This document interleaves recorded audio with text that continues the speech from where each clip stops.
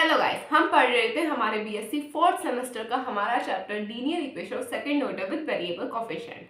आज हम इसके कुछ और नए क्वेश्चन करने वाले हैं। कल मैंने आपको जो हम नई एक्सरसाइज स्टार्ट करेंगे उसका बेसिक फॉर्मूला लिखा था कि हाँ किस तरह के फॉर्मूले इसमें यूज होंगे। मैंने एक बेसिक स्ट्रक्चर आपको कल दे दिया था। आज हम उसी पे जो कल फॉर्मूला बताए थे उसी के फॉर्मूला से क्वेश्चन सॉल्व करने वाले हैं। वैसे क्वेश्चन जरूरी नहीं कि उसी से सॉल्व हो सकते हैं पिछले वाले क्वेश्चन से, बट ये 3-4 वेरिएंट्स है। आपको एग्जाम में कौन सा ध्यान है वो आप उससे कर सकते हैं। कुछ क्वेश्चंस में एक्सेप्शन होता है कि इससे नहीं इससे ही होंगे, वो मैं आपको बाद में चल के बता दूंगा आपके एग्जाम टाइम में कि हाँ ये क्वेश्चन सिर्फ इसी से होगा। सो आज का क्वेश्चन होने वाला है हमारा ये d² plus 3 sin x minus cot x dy/dx plus 2y sin square x is equals to e की पावर माइनस का cos x sin square x। ये क्या हो जाएगी हमारी, ये हो जाएगी हमारी इक्वेशन नंबर फर्स्ट। क्या करेंगे यहाँ पे, on comparing equation first, on comparing equation first with d²y/dx² plus p dy/dx plus qy is equals to r। इससे कंपेयर करेंगे। यहाँ से हमने कंपेयर क्यों करा, जिससे कि हमें p, q और r की वैल्यू पता चल सके। तो यहाँ पे हमारी p किसके इक्वल हो जाएगा, 3 sin x माइनस का cot x, वही q हो जाएगा हमारा 2, यहाँ पे आ जाएगा आपका sin square x, और r आ जाएगा हमारा e की पावर माइनस का cos x sin square x। ये यहाँ पे हमने हमारी तीनों की वैल्यू निकाल ली है। अब क्या करेंगे, यहाँ पे मैंने आपको बताया था जो इस स्टेप का सेकंड स्टेप होगा वो क्या होगा, जो हमारा x है उसको किससे रिप्लेस करना, z से रिप्लेस करना। ये था जहाँ पे भी आपका x है, सॉरी x नहीं, जहाँ पे भी आपका y है उसे किससे रिप्लेस कर देंगे, z से रिप्लेस कर देंगे। हम अपनी इक्वेशन लिखेंगे, now on replacing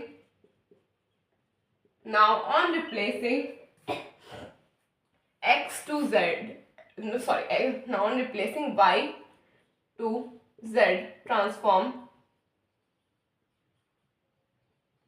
now replacing y to z, ये बार बार गड़बड़ हो जा रही है। now replacing, sorry x नहीं होगा, y नहीं होगा, z, x to z ही होगा, ठीक है। now replacing x to z, the given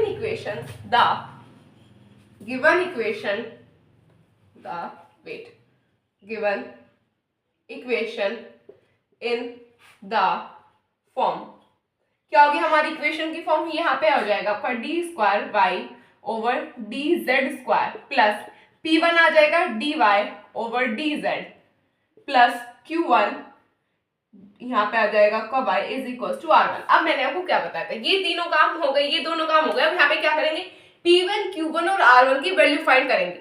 अगर आपको p1 और r1 की वैल्यू फाइंड करनी है तो आपको यहाँ पे सबसे पहले q1 की वैल्यू फाइंड करनी पड़ेगी। q1 की वैल्यू कैसे फाइंड करते हैं, q1 का फॉर्मूला बताया था मैंने। q1 का फॉर्मूला क्या होता है, let q1 is equal to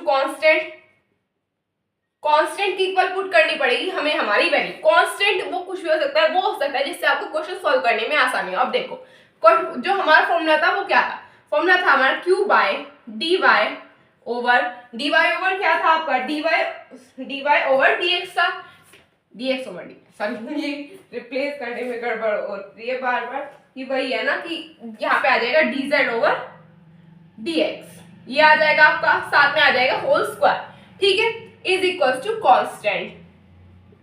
constant आप अपनी मर्जी के हिसाब से पुट कर सकते हैं। अब देखो जैसे मैंने यहाँ पे मान लिया 2 कांस्टेंट, 2 क्यों माना, क्योंकि देखो q की वैल्यू में हमें 2 दे रखा है। अगर यहाँ पे 3 होता तो 3 लेट कर लेते। मैंने आपको क्या कहा कि आपको अपनी सहूलियत के हिसाब से कांस्टेंट लेट करना है। अब यहाँ पे क्या होगा, q क्या है हमारा, यहाँ पे जो आपकी वैल्यू है यहाँ पे q1 की नहीं, यहाँ पे पुट करेंगे हमारी वैल्यू, क्योंकि ये किसके इक्वल होगी, q1 के। q1 is equal to, q क्या है यहाँ पे हमारा 2 sin square x by dz over dx का whole square is equal to 2 से 2 कैंसिल हो गया। अब इस पूरी टर्म को मैं दूसरी तरफ लेके जा सकती हूँ तो क्या आ जाएगा, यहाँ पे आ जाएगा आपका dz ओवर dx का होल स्क्वायर है यहाँ पे, और यहाँ पे है sin x का whole square. Sine square X और साइन एक्स का होल स्क्वायर इक्वल ही तो होते हैं, दोनों बराबर होते हैं, चाहे आप साइन स्क्वायर एक्स लिखो या साइन एक्स का होल स्क्वायर लिखो, दोनों का मतलब सेम ही होता है। तो इस स्क्वायर से स्क्वायर हो जाएगा खत्म, तो मैं डायरेक्टली यहाँ पे क्या लिख सकती हूँ, dz over dx is equal to sin x। अब यहाँ पे क्या करना होगा, इसे आप मान लो इक्वेशन नंबर ए, क्योंकि आपको इस इक्वेशन की बहुत जरूरत पड़ने वाली है। अब यहाँ पे क्या करेंगे, सबसे पहले आप p, q और r, q की वैल्यू की जरूरत नहीं, बट आपको आपकी p और r की वैल्यू की अभी जरूरत पड़ने वाली है। नोट कर लो पहले में, p is equal to 3 sin x minus का cot x, r आ जाएगा आपका e की पावर माइनस का cos x sin square x, ठीक है। अब यहाँ पे क्या करेंगे, आपकी वैल्यू मिल गई यहाँ पे dz ओवर dx की, ये वैल्यू आ गई आपके पास।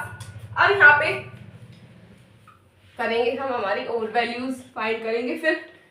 अब यहाँ पे क्या करेंगे, अगर मैं कहूँ कि आपको जो इक्वेशन ए है उसको इंटीग्रेट करना पड़ेगा, इंटीग्रेट क्यों करना पड़ेगा वो बताऊंगी, ऑन इंटीग्रेटिंग इक्वेशन ए। इस इक्वेशन को हमने इंटीग्रेट किया, अगर हम इंटीग्रेट करेंगे तो ये किस फॉर्म में आ जाएगा, z, यहाँ से हमें z की वैल्यू मिल जाएगी। इंटीग्रेट करेंगे अगर हम इक्वेशन को, यहाँ पे अगर मैं इंटीग्रेट करूँ dz, यहाँ पे इंटीग्रेट करूँ dz डॉट 1 डॉट dx लिख दूं, और ये dx को दूसरी तरफ लेके जाऊँ, यहाँ पे लिख दूं sin x dx। क्या ये इंटीग्रेट करना ही नहीं होगा, होगा। तो यहाँ पे आप डायरेक्टली भी लिख सकते हैं कि आपकी z की वैल्यू क्या होगी, ये हो जाएगी हमारी z की वैल्यू क्या आ जाएगी, z is equal to minus का cos x। यहाँ से आपको आपकी z की वैल्यू मिल गई है, z की वैल्यू की जरूरत पड़ेगी। अब एक और काम करना पड़ेगा, यहाँ पे हमें रीजन क्या है, यहाँ पे हम इसे डिफरेंशिएट एक और बार करेंगे इक्वेशन ए को। रीजन क्योंकि हमें यहाँ पे जो p और r के फॉर्मूले में है वो dz ओवर dx की whole square d square z over dx square की वैल्यू चाहिए, इसलिए यहाँ पे हम इसे एक और बार डिफरेंशिएट करेंगे। ऑन डिफरेंशिएट इक्वेशन फर्स्ट, यहाँ पे क्या आ जाएगा, d square z over dx square, यहाँ पे sin x इसके इक्वल हो जाएगा, sin x हो जाएगा आपके cos x। यहाँ पे आपको आपकी वैल्यू मिल गई है, यहाँ पे z की वैल्यू लिख लो, क्या आ जाएगी, माइनस का cos x, वहीं d डबल डैश की वैल्यू हो जाएगी cos x, और यहाँ पे d डैश की वैल्यू क्या है, sin x। ये आपको सारी वैल्यू मिल गई है, ठीक है।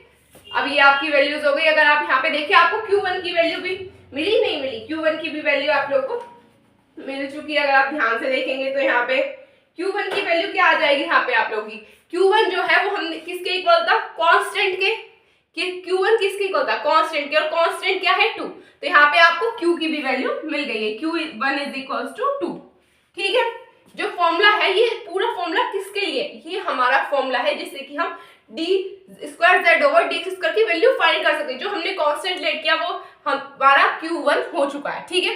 अब आगे सॉल्व करेंगे हम। यहाँ पे अब क्या करना पड़ेगा हमें, यहाँ पे अब निकालेंगे p1 की वैल्यू। p1 के लिए भी एक अलग से फॉर्मूला होता है, अगर आप लोगों को याद है। p1 का फॉर्मूला क्या था, p1 is equal to d square z over dx square, यही था। साथ में क्या था, plus p dot dz over dx upon में आ जाएगा। ये फॉर्मूले अभी मैंने कल लिखवाए थे, dz ओवर dx का होल स्क्वायर, ये हमारा p1 का फॉर्मूला। अब d square z over dx square की वैल्यू क्या है, यहाँ पे cos x, यहाँ पे प्लस p क्या है, यहाँ पे 3 sin x माइनस का cot x, dz over dx यानी कि d डैश की वैल्यू क्या है, यहाँ पे sin x upon dz over dx के होल स्क्वायर की वैल्यू क्या हो जाएगी, यहाँ पे आ जाएगी आपकी sin स्क्वायर x। यहाँ पे एक बार करेक्शन कर ठीक से कर लिए, ये आ जाएगा आपका sin स्क्वायर x। ये आपकी यहाँ पे आप लोगों को वैल्यूज मिल रही है। अब यहाँ पे क्या करेंगे, सबसे पहला काम आप यहाँ पे कर दो अंदर मल्टीप्लाई। ये जो आपकी वैल्यूज है साइन के अंदर मल्टीप्लाई कर सकते हैं, नहीं कर सकते, कर सकते हैं। अगर मल्टीप्लाई करोगे तो क्या मिल जाएगा, यहाँ पे आ जाएगा p1 is equal to cos x plus 3 sin square x। cot को हम क्या लिख सकते हैं, cos x upon sin x, cot is equal to cos x upon sin x।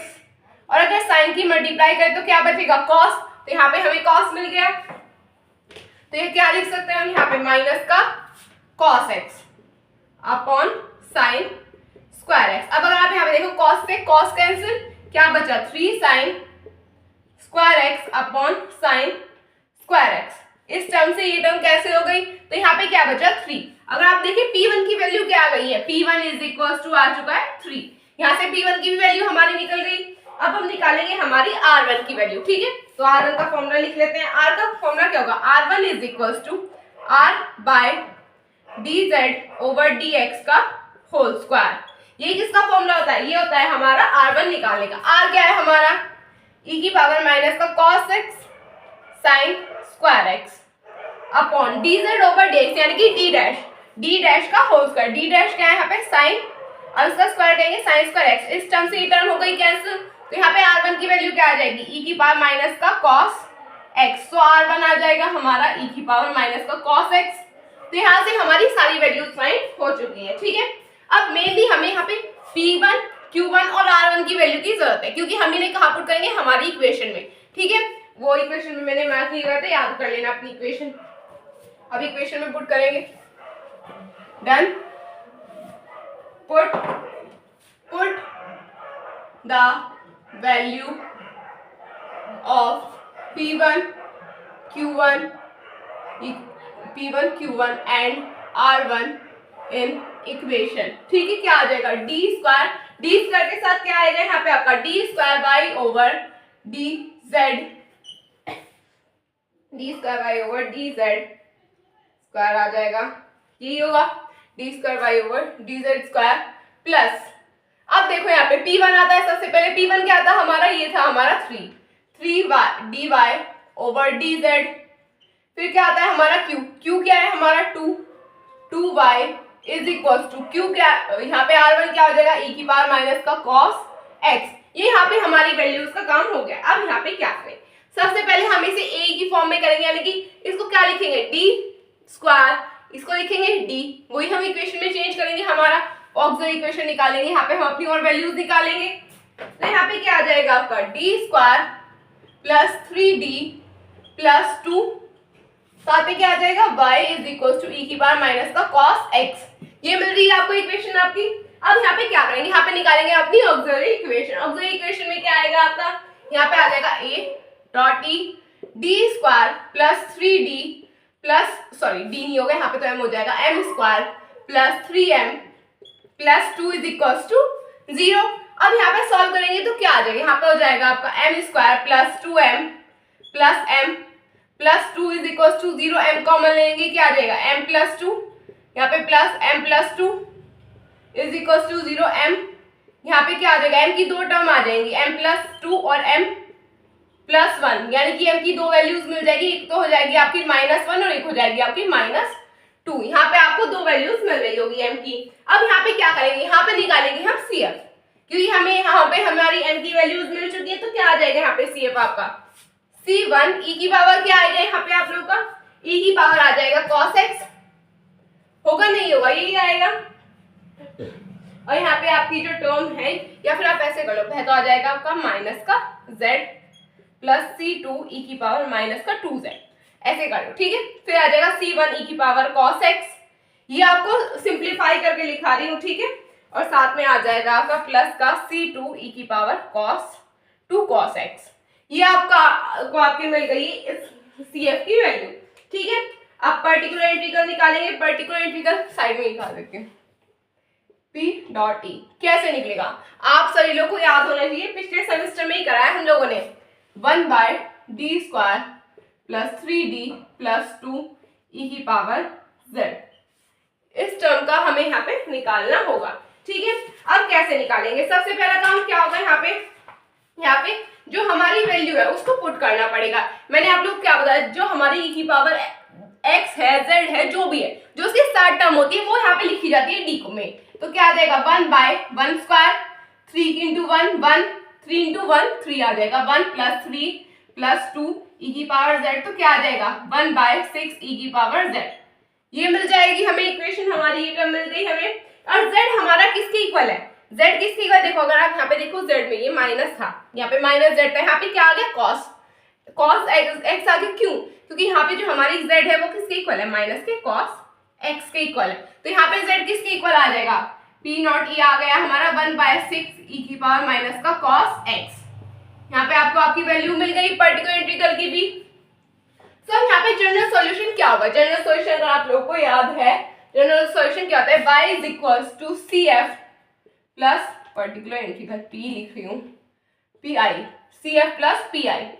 CF क्या है यहाँ पे हमारा? CF हमारा ये, अभी आप ऐसे नोट कर लो, ऊपर लिख दूंगी आंसर।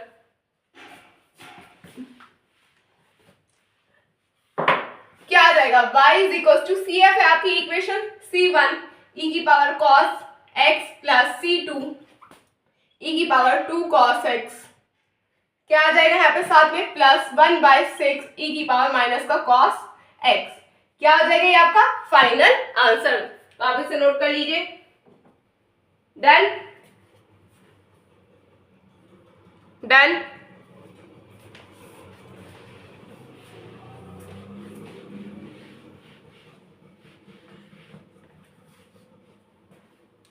सो गाइस बस आज के लिए इतना ही। अगर आपको मेरी वीडियो अच्छी लगी तो चैनल को सब्सक्राइब कीजिए, वीडियो को लाइक कीजिए, अपने फ्रेंड्स से शेयर कीजिए। अगर कोई डाउट हो तो आप कमेंट बॉक्स में लिख के मुझे बता सकते हैं, मैं उसे सॉल्व करने की पूरी कोशिश करूंगी। तब तक के लिए टेक केयर, बाय बाय।